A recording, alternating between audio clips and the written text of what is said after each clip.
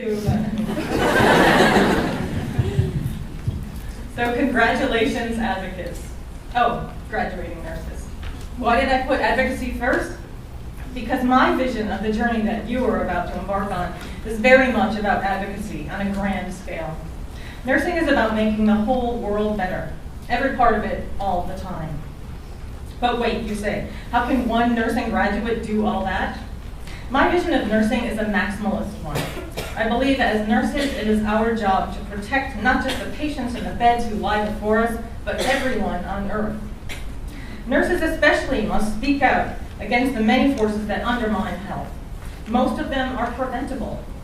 We can improve global health with better policies to reduce illnesses and injuries, so nurses must get involved in policy making. That's what Florence Nightingale did. She was a fierce advocate. She minced no words. In fact, after she got to Scutari, where she served during the Crimean War, she had to play hardball with the physicians so nurses could practice with autonomy.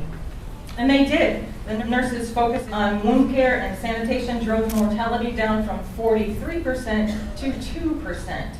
That is some fantastic nursing care. When Nightingale got back to London, she started a revolution in the use of statistics to improve hospitals, sanitation, and public health, advances that are still with us today. Like Nightingale, you are now officially problem solvers. Maybe I should start with my apologies that my generation and others have left you so many problems to contend with. But why are nurses the ones to tackle problems? Because we can. 3 days ago, I was driving with our son, and we saw a car crash over a divider, dragging cement pillars and bushes and landscaping all over the road. Many people had gotten out of their cars in response. I got out too to see who I could help, as I always do unless an ambulance has arrived. But none of the other onlookers had stopped to help. They had stopped to photograph the crash. This is your new life. You take action and everybody else stands around with their phones. Nurses are the first ones to get involved because we have the knowledge, skill, and courage to solve problems. We take chaos and get it under control. Few people understand what nursing is. Just yesterday, I read an article actually featuring nurses in Baltimore Magazine. They suggested that nursing deserves the spotlight now because advanced practice nurses do work that only physicians have long done. They managed to lift up advanced practice nurses by denigrating basic nursing. First, let's refer back to Nightingale's amazing work in the Crimea. Why would they think basic nursing deserves so much disrespect? Like every other profession, nursing has grown over the years, but we are not different or better than earlier nurses. We have always saved lives by solving problems, helping people cope with their illnesses or injuries, and advocating for them. Sure, we are more advanced now because we stand on the shoulders of giants. People don't know that nurses are autonomous professionals in large part because the media wrongly portrays physicians as being in charge of nurses. To be clear, physicians are not in charge of nurses in any way. Nurses are in charge of nurses. Sometimes I get pushback for discussing nursing autonomy. A nursing professor once told me that nurses don't prescribe, so they can't be autonomous. That is nonsense. Nurses save lives by detecting and fixing problems, educating and advocating for their patients. Only a minority of health problems actually need prescriptions. One nursing manager heard me talk about nursing autonomy and told me, "We follow protocols." She thought of protocols as if they were railroad tracks, binding us to a path from which we could not stray, but that is not good nursing. I think of protocols as a safety net to allow us legal protection as we think critically and boldly to solve actual problems. Remember that all healthcare professionals work together to serve the patient. None of us serves any other health professional, despite what we may see on Grey's Anatomy. When physicians prescribe medicines and treatments, nurses evaluate them and implement them if we believe that they will help the patient. But if not, we protect the patient by negotiating with physicians for a better plan of care. Our duty is to put our patient's interests before our own. This is why we should resist when people use the word orders to refer to prescriptions, because that makes physicians think that they are in charge of nurses, which they are not. One day, my patient in the ER was 10 weeks pregnant and had been nauseous and vomiting for many weeks.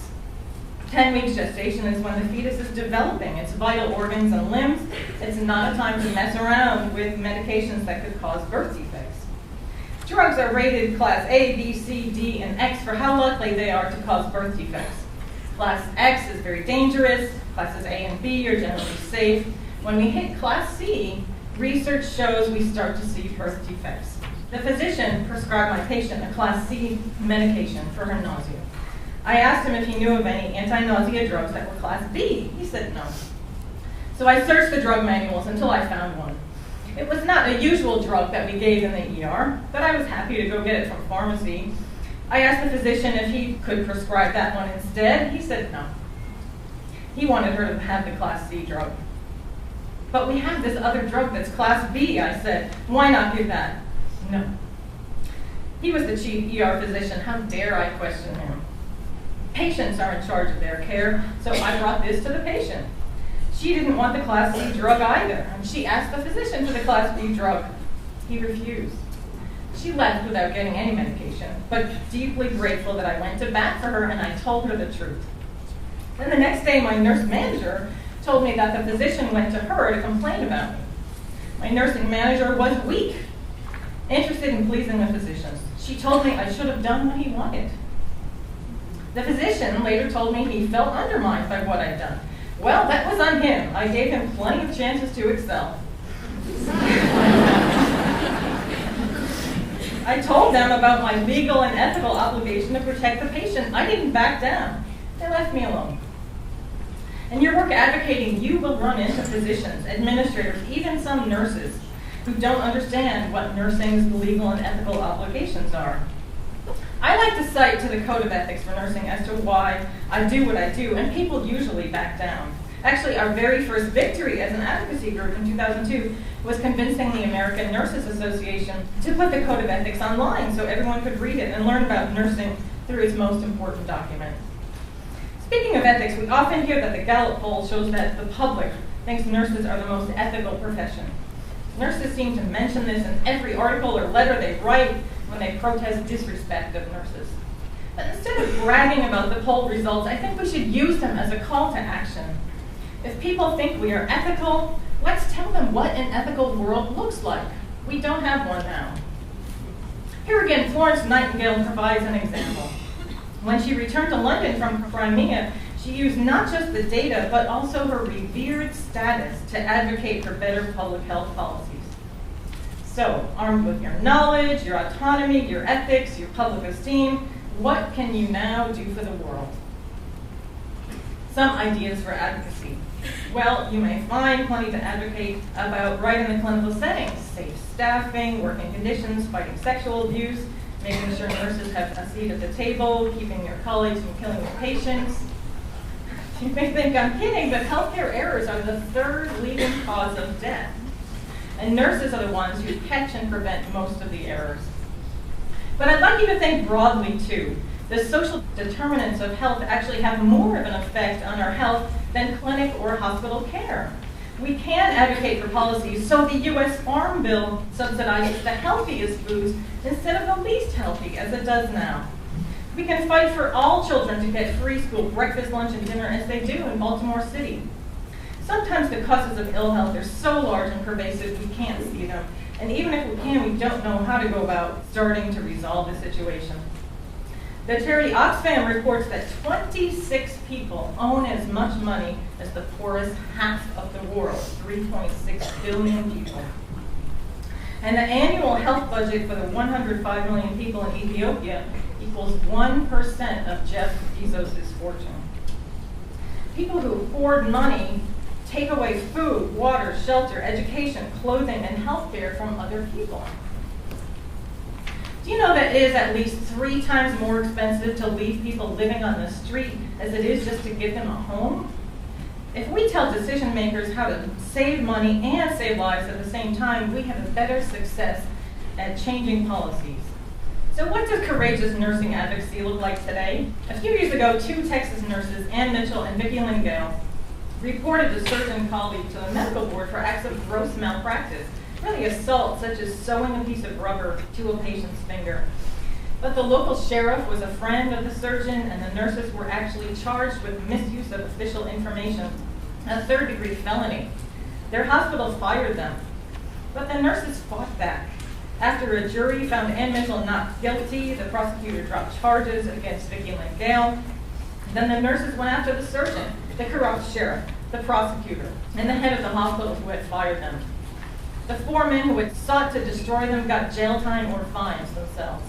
These nurses stuck out their necks because that is what was required of them to protect patients. How to advocate. Please first focus on your own wellness. Strengthening your core many times a week is vital to protect your back.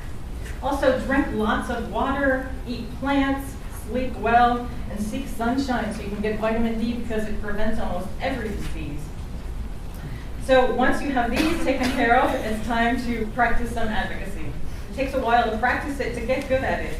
I can't go through a long list today, but we have many more ideas on the Truth About Nursing's website that we built for you. First, nurses need to learn how to argue.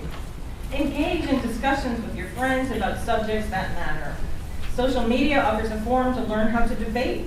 When I want to get something done in my neighborhood, like asking people to stop burning backyard fires that give people respiratory illnesses, I post something on nextdoor.com. My neighbors present me with every reason why they can't stop doing what I want them to do, but I address each reason one by one. I am most successful when I hold myself out as a public health nurse and address people by Ms. and Mr. There are fewer trolls on Nextdoor than other forms of social media, so it's a good place to learn how to debate. To find your voice, consider calling city services and asking them to fix potholes that you see in the road. Maybe you're wondering what potholes have to do with health, but they do cause car crashes, so this is preventative. But I suggest placing a telephone call instead of doing it online. Calling will force you to talk, ask for what you want, and explain it clearly. This is an easy way to start advocating. And when you see the fixed pothole, you will feel so powerful. Now you're somebody who can move the government into taking action. As you begin advocating, remember Mahatma Gandhi's observation on creating social change. First they ignore you, then they laugh at you, then they attack you, and then you win. When we started challenging media depictions of nurses, I would get rattled when people would attack us. But then I saw this quote from Gandhi and realized attacks are just part of the process. So I've learned now to power on through them. So now that you're ready to advocate beyond potholes, identify a problem. They are not hard to find. Remember the expression, think globally, act locally. If you see a problem in your community, it's yours to tackle. Now find the decision maker who can make the change that you want. This can be very time consuming. But we need direct contact to the very decision maker to be successful. Maybe they're important people. Don't worry, you're important too. You save lives. You have the status to talk with absolutely anyone. Now call the decision maker on the telephone, and if they don't do what you want right away, relentlessly bug them. But you've got to bug them in just the right way. Calling the decision maker once a week is too little. 5 times a day is too much.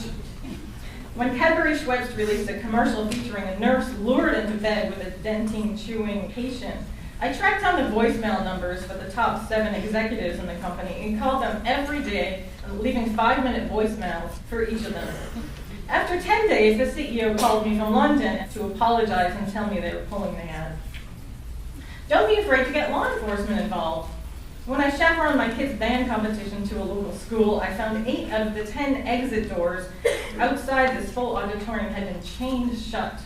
Massive death by fire, here we come. So I tracked down the decision maker, who brushed aside my concerns, but I persisted, and within 10 minutes, I had him unchaining the doors. Later, I called Baltimore's fire chief, and he sent a team down to investigate right away. When a renovation crew blocked the entire sidewalk near my kids' school, forcing the kids to walk in the street, I got the zoning commission to push them back and open up the sidewalk.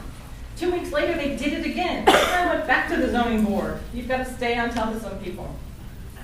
Another key of successful advocacy is to find a couple other like minds. Even if it's only one other person, that's actually the truth about nursing. It's me and my husband. Of course, when you seek change, there will be resistance. In 2006, when we gave rock star Jack White one of our awards for worst media depiction of the year, He responded to us by giving us a mock award, claiming that we didn't understand metaphors, even though it was he who couldn't understand them. There are so many ways people will tell you that they don't want to change, but basically Gandhi captured the main ones. If they are ignoring you or laughing at you, make some more noise. If they are attacking you, keep going. Don't back down. You are on the brink of winning. When you advocate, you're not going to win them all, but you can't win anything if you don't try. We only win about 1 out of every 3 campaigns we launch, but we have gotten a lot of press coverage about the many naughty nurse ads we've gotten pulled. And now we have hardly any for the last 5 years to contend with. We aren't really sure if it was because of us at our work, but we hope it helped. And even when we don't have a win, we still change the way our targets think, whether they admit it or not, and that affects media down the road. When you take on the world and advocate for better health, you will have a life that is never dull. And an exciting life is perfect fodder for a television show.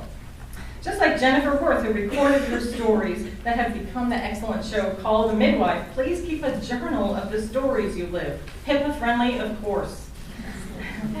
Television does the best job of explaining nursing to the world, so please preserve what you do and help develop the next show about nursing so we can explain the value of nursing to the world. Today's Nightingale Pledge includes the promise to care for the sick with all the skill and understanding I possess, without regard to race, creed, color, politics, or social status, sparing no effort to conserve life, to alleviate suffering, and promote health. That is the wide-angle advocacy that we need. Our patients need us to be brave, take a risk, and challenge the problems that they face. If the public thinks we are the most ethical, it is our obligation to paint an ethical picture and shape the world into our vision. With you as advocates, I am sure we can get there together. I look forward to having you join us as official advocates. Welcome to the nursing profession, and thank you for inviting me to share your most important day.